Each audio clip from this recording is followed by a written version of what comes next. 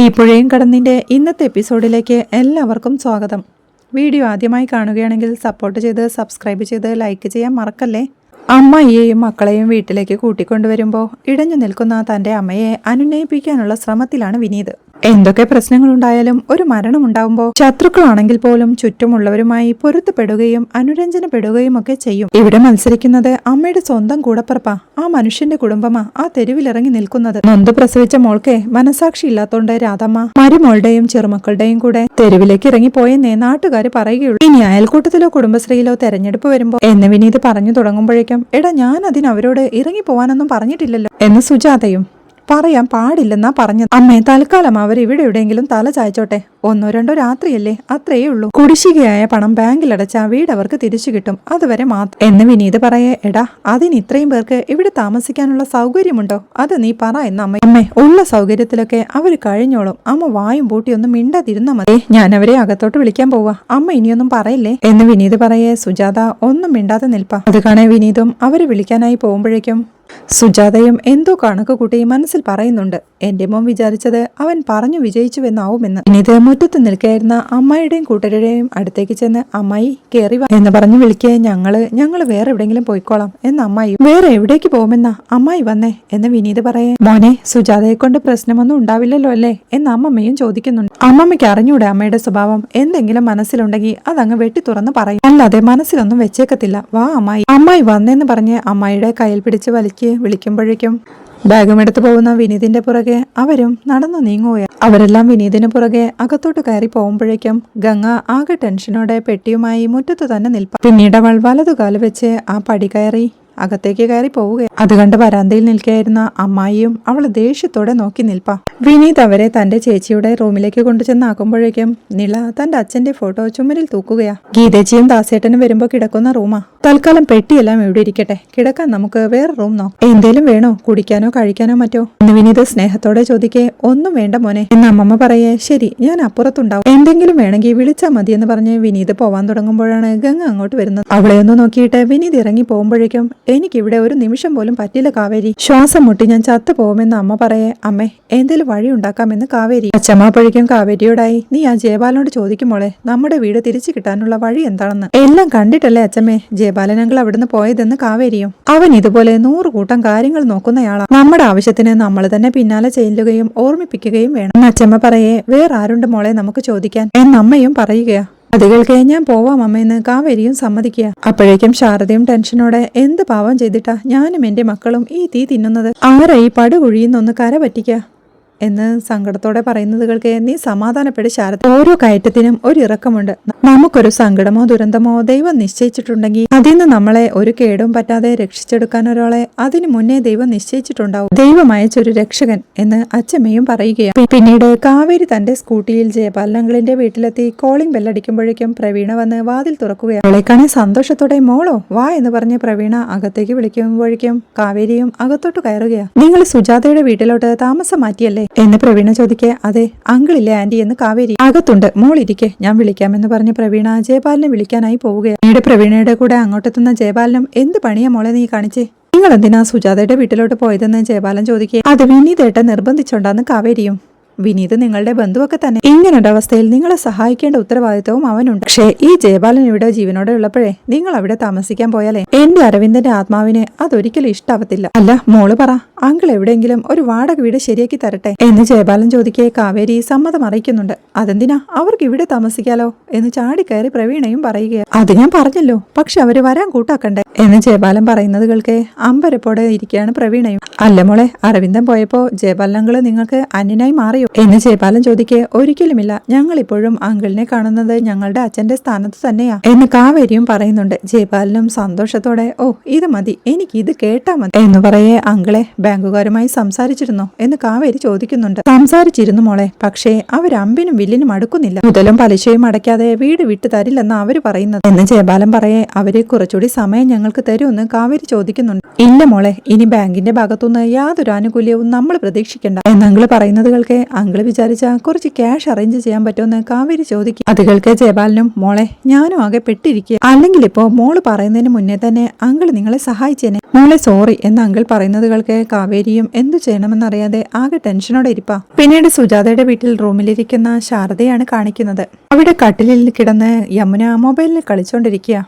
അത് കാണുന്ന ശാരദയും ചുമരും ചാരി നിൽക്കുന്ന ഗംഗയോടായി ആംഗ്യം കാണിക്കുമ്പോഴേക്കും യമുനെ എന്താടി ഫോണില് കുറെ നേരമായല്ലോ എന്ന് ഗംഗേച്ചി ചോദിക്കെ യമുന ഒന്ന് തല ഉയർത്തി നോക്കിക്കൊണ്ട് വീണ്ടും മൊബൈലിൽ തന്നെ നോക്കിയിരിക്കും. യമുനെ അമ്മ ചോദിക്കുന്നെന്ന് ഗംഗ വീണ്ടും പറയേ കോളേജിലെ ഫ്രണ്ട്സാ ചേച്ചി, കുറെ നാളായില്ലേ കോളേജിലൊക്കെ പോയിട്ട്, നോട്ട്സിന്റെ കാര്യമൊക്കെ ചോദിക്കായിരുന്നു എന്ന് യമുന പറയേ. അമ്മയും അത് സമ്മതിക്കുക. കാവേരി പോയിട്ട് ഇതുവരെ കണ്ടില്ലല്ലോ മോളേന്ന് അമ്മ ചോദിക്കേ. അവൾ എന്തെങ്കിലും ഒരു തീരുമാനമായിട്ട് വരും അമ്മേ എന്ന് ഗംഗ. അപ്പോഴാണ് നീള അങ്ങോട്ട് വന്ന് അമ്മ വിശക്കുന്നമ്മ എന്ന് പറയുന്നത്. നമ്മുടെ വീടാണോ മോളെ വിശക്കുന്നൊക്കെ പരാതി പറയാൻ എന്ന് അമ്മ ചോദിക്കേ. വിശക്കുമ്പോ കുഞ്ഞ് പിന്നെ എന്താ അമ്മ ചെയ്യേണ്ടത് എന്ന് ഗംഗയും. യമുനയും എഴുന്നേറ്റുകൊണ്ട് സുജാതമായി ഒന്നും ഉണ്ടാക്കി തരുന്ന ലക്ഷണം കാണുന്നില്ല എന്ന് പറയേ. കാവേരിയോട് തിരിച്ചു വരുമ്പോ എന്തെങ്കിലും വാങ്ങിച്ചു കൊണ്ടുവരാൻ പറഞ്ഞാലോ എന്ന് ഗംഗ ചോദിക്കുന്നുണ്ട്. അതിന് അവളുടെ കയ്യിൽ എവിടെ നടി കാശ്, വീട്ടിൽ നിറങ്ങുമ്പോ ഉള്ള കാശ് എടുക്കാനും മറന്നുപോയെന്ന് അമ്മ. ബിസ്ക്കറ്റോ മറ്റോ വാങ്ങിച്ചോണ്ട് വരാൻ പറഞ്ഞാലോ എന്ന് ഗംഗ ചോദിക്കേ. നിങ്ങൾക്കാർക്കും വിശക്കുന്നില്ലേ എന്ന് നിളയും ചോദിക്കുന്നുണ്ട്. ഞങ്ങളൊക്കെ മുതിർന്ന ആൾക്കാരല്ലേ മോളെ, വിശന്നാലും അത് അടക്കാൻ കഴിയുമെന്ന് ഗംഗയും. നെഞ്ചിലൊരു കരിങ്കല്ലിരിക്കുന്നോണ്ട് എങ്ങനെ ഒരിറ്റു വെള്ളം പോലെ ഇറക്കാൻ പറ്റുന്നത് എന്നമ്മയും സങ്കടത്തോടെ ചോദിക്കുന്നുണ്ട്. എല്ലാം ശരിയാവും അമ്മ എന്ന് ഗംഗ പറയെ. എന്ത് ശരിയാവുമെന്ന മോളെ, ഒരു പൊടിക്കുഞ്ഞ് വിശക്കുന്നു എന്ന് പറയുമ്പോ അതിനൊരിറ്റ് കഞ്ഞിവെള്ളം പോലും കൊടുക്കാൻ കഴിയില്ലെങ്കിൽ പിന്നെ ഒരു അമ്മ എന്ന നിലയിൽ ഇത്ര വലിയ തോൽവിയുണ്ടോ മോളെ, എന്നിട്ടെല്ലാം ശരിയാവും അത്രേ എന്ന് കരച്ചിലോടെ അമ്മയും പറയുന്നു. വിഷമിക്കാതമ്മേ, ഞാൻ നോക്കട്ടെ സുജാതമായി എന്തെങ്കിലും ഉണ്ടാക്കിയിട്ടുണ്ടോന്ന് എന്ന് പറഞ്ഞ് ഗംഗ പോവാൻ തുടങ്ങുമ്പോഴേക്കും ഗംഗേച്ചി വേണ്ട,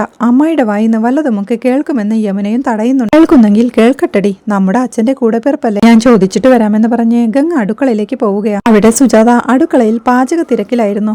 ഗംഗ അരികിലേക്ക് ചെന്ന് അമ്മായി എന്ന് വിളിക്കേ. ആ കൊച്ചമ്പ്രാട്ടിയോ, എന്താണാവോ പാവങ്ങളുടെ അടുക്കളയിലോട്ടൊക്കെ എന്നവർ ചോദിക്കേ. ഇളക്ക് വിശക്കുന്നുണ്ടെന്ന് പറയുന്നുണ്ട് അമ്മായി എന്ന് ഗംഗയും. അതിനല്ലേ ഞാൻ ഇവിടെ ഇതൊക്കെ ഉണ്ടാക്കുന്നത്, നിങ്ങൾക്കിതൊന്നും അറിയേണ്ട കാര്യമില്ലല്ലോ. കൊതിയും നുണയും പറഞ്ഞ് ഏതെങ്കിലും ഒരു മുറിയിൽ കയറിയിരിക്കുക, സമയങ്ങളിൽ വിശക്കുന്നു പറഞ്ഞ് അടുക്കളയിൽ വന്ന് ഓർഡർ ഇടുക എന്നൊക്കെ സുജാത പറയുന്നതൊക്കെ അമ്മായിക്ക് ഇഷ്ടാവോന്ന് അറിയാത്തോണ്ടാ ഞങ്ങളെ എന്ന് ഗംഗയും. എനിക്ക് ഇഷ്ടാവോന്ന് അന്വേഷിച്ചിട്ടാണോ നിങ്ങൾ ഇവിടെ കയറി താമസിച്ചത്? ഓരോ കാര്യത്തിനും അമ്മായിയുടെ ക്ഷേമവും സന്തോഷവും ഒക്കെ അന്വേഷിക്കുന്ന ഒരാൾക്കാരെ പറയുന്നത് അനുസരിച്ചാണല്ലോ നിങ്ങൾ ഇവിടെ ജീവിക്കുന്നത് എന്ന് അമ്മായി ചോദിക്കേ. അമ്മായി ഞാൻ എന്ന് ഗംഗയും പറയുന്നു. വേണ്ട വേണ്ട, നീ പറഞ്ഞത് എന്തായാലും എനിക്ക് ഇഷ്ടപ്പെട്ടു. അമ്മായിക്ക് ഇഷ്ടാവോന്ന് അറിയാത്തോണ്ടാ നിങ്ങൾ ഇങ്ങോട്ട് വരാത്തതെന്ന്. ഇപ്പോഴും ഞങ്ങളും നിങ്ങളുമൊക്കെ ആണല്ലോ, നീയൊക്കെ ഇങ്ങോട്ട് പെരുമാറുന്നത് പോലെ അങ്ങോട്ട് പെരുമാറാൻ അത്രയ്ക്ക് മനസാക്ഷി ഇല്ലാത്തവളല്ല ഈ സുജാത. അതുകൊണ്ട് പോയി എല്ലാത്തിനെയും വിളിച്ചോണ്ട് വാ, ഭക്ഷണം വിളമ്പി വെക്കാം എന്ന് അമ്മായി പറയുന്നത് കേൾക്കെ. നിളയ്ക്ക് മാത്രമുള്ളത് മതി അമ്മായി എന്ന് ഗംഗയും. നിളയ്ക്ക് മാത്രമുള്ളതോ, അപ്പൊ ബാക്കിയുള്ളവരോ? ഓ, രാവിലെ വയറ്റിലോട്ട് കുത്തി നിറച്ചു കാണും. ഇവിടെ അങ്ങനെ ഫ്രിഡ്ജ് തുറന്നെടുക്കാൻ സ്നാക്സിന്റെ കൃഷിയൊന്നുമില്ല. വല്ല ചക്കയോ ചേനയോ ചേമ്പോ കിട്ടുന്നത് എന്താണെന്ന് വെച്ചാ അതുകൊണ്ട് 3 നേരം ഭക്ഷണം ഉള്ളത് വാരി തിന്നോളം, ചുമ്മാ പൊടിച്ചു കളയാൻ. ഇവിടെ ഗൾഫിൽ നിന്ന് വരുന്ന പണമൊന്നും ഇല്ലാത്തത് കൊണ്ടാണേ. ഓ, പോയി എല്ലാത്തിനെയും വിളിച്ചോണ്ട് വാ എന്ന് അമ്മായി പറയുമ്പോഴേക്കും ഗംഗ അവരെല്ലാം വിളിക്കാനായി പോവുകയാണ്. പിന്നീട് സുജാത അവിടെ ഡൈനിങ് ടേബിൾ പ്ലേറ്റ് എല്ലാം നിരത്തി വെച്ച് അതിൽ ചോറ് വിളമ്പുമ്പോഴേക്കും ശാരദയും മക്കളും അങ്ങോട്ട് വരുന്നുണ്ട്. അവരെ ഒന്ന് നോക്കിക്കൊണ്ട് കാവേരി എവിടെയെന്ന് സുജാത ചോദിക്കുക. കാവേരി വീടിന്റെ കാര്യം തിരക്കാൻ വേണ്ടി ജയപാലേട്ടനെ കാണാൻ പോയെന്ന് ശാരദ പറയും. ആ, ഇവിടെ നിന്ന് ഇറങ്ങി പോകുന്ന കണ്ടോ, എങ്ങോട്ടാണെന്നൊന്നും എന്നോട് പറഞ്ഞില്ല. അവിടെ പിന്നെ അങ്ങനെയുള്ള ശീലമൊന്നും ഇല്ലല്ലോ. ആ, വന്നിരിക്കേ, എല്ലാരും കൂടി ഉള്ള സ്ഥലത്തൊക്കെ ഒന്ന് അഡ്ജസ്റ്റ് ചെയ്തേക്കണേ ഇരിക്കെന്ന് പറഞ്ഞു വിളിക്കുമ്പോഴേക്കും എല്ലാവരും അങ്ങോട്ട് ചെന്നിരിക്കുക. കുടിശ്ശിക അടക്കം ലോണ് തിരികെ അടച്ച വീട് തിരികെ കിട്ടുമെന്ന് വിനീത് പറയുന്ന കേട്ടു. ജപ്തിയായി പോയ വീടൊക്കെ അങ്ങനെ എളുപ്പം തിരിച്ചു കിട്ടോ? എനിക്കറിയാൻ വയ്യെന്ന് സുജാത പറയെ. അക്കാര്യത്തിൽ ജയപാലേട്ടൻ കൂടി ഉറപ്പ് പറഞ്ഞിട്ടാ ഞങ്ങൾ അവിടെ നിന്ന് ഇറങ്ങിയതെന്ന് ശാരദയും. ജയപാലിനെ എനിക്കറിഞ്ഞൂടെ, കമിഴ്ന്നു വീണ കാൽപ്പണം, ഒന്നും കാണാതെ അവനൊന്നും ചെയ്യും പറയില്ല. നിങ്ങൾ കഴിക്കേ. അല്ല ശാരദേ, നിങ്ങൾക്കെന്തിനാ വേറൊരു വീട്? ഓണോ വിഷുവോ സംക്രാന്തിയോ എന്ത് വന്നാലും നിങ്ങൾ ജയപാലന്റെ വീട്ടിലേക്കല്ലേ പോകുന്നത്? അവര് തിരിച്ചിങ്ങോട്ടും ഒരു കുടുംബമായി കഴിഞ്ഞതല്ലേ? കൊട്ടാരം പോലുള്ളൊരു വീടല്ലേ അവൻ കെട്ടിയിട്ടേക്കുന്നത്. നിങ്ങളെ താമസിപ്പിച്ചാലും പിന്നെയും മുറി ബാക്കി. പിന്നെന്താ, അവൻ വിളിച്ചില്ലേ അങ്ങോട്ട്? വേറൊന്നും തിരിച്ചു കിട്ടാൻ പോകുന്നില്ലെന്ന കാര്യം ജയപാലിനറിയാം. വിവരദോഷിയായ എന്റെ മകനെ അതറി 1-2 ദിവസത്തിനുള്ളിൽ വീട് തിരിച്ചു കിട്ടുമെന്നും നിങ്ങൾ ഇവിടുന്ന് ഇറങ്ങുമെന്നൊക്കെ വിനീത് പറഞ്ഞത് വിശ്വസിച്ചിട്ടൊന്നുമല്ല നിങ്ങളെ ഞാൻ ഇവിടെ കയറ്റി താമസിപ്പിച്ചത്. അതെന്റെ മനസാക്ഷി. കഴിക്കേ. എന്നാ അതിനിടയ്ക്ക് പറയുന്നുണ്ട് സുജാത. വീണ്ടും ഓരോന്ന് അവരുടെ പ്ലേറ്റിലേക്ക് വിളമ്പിക്കൊണ്ട്. പക്ഷേ അതുപോലെയല്ലല്ലോ നമ്മൾ തമ്മിലുള്ള ബന്ധം. നമ്മളൊക്കെ എത്ര സ്നേഹമായിട്ട് കഴിഞ്ഞവരാ. നീതും ഗീതയും ഒക്കെ കുഞ്ഞായിരുന്നപ്പോ ഞാൻ ജോലിക്ക് പോകുന്നത് ശാരദയെ ഏൽപ്പിച്ചിട്ടാ. അന്നൊക്കെ ഭക്ഷണം കഴിക്കാൻ രണ്ടുപേർക്കും ഭയങ്കര മടിയാ. നീതിനെ ഒക്കത്തെടുത്ത് വെച്ച് കാക്കയൊക്കെ കാണിച്ച് ഭക്ഷണം കഴിപ്പിച്ചിരുന്നത് ഇവളാ. കോലം കെട്ടിരുന്ന ചെറുക്കൻ കുറച്ചൊക്കെ മെനയായത് ശാരദ കൊടുത്ത ഭക്ഷണം കഴിച്ചിട്ടാ. ഞാൻ എപ്പോഴും പറയുമായിരുന്നു. അതുപോലെ അരവിന്ദേട്ടൻ ഗൾഫിലേക്കൊക്കെ പോയത് എന്റെ താലിമാല പണയം വെച്ചിട്ടാ. നീ അതൊക്കെ ഓർക്കുന്നുണ്ടോ ശാരദേ?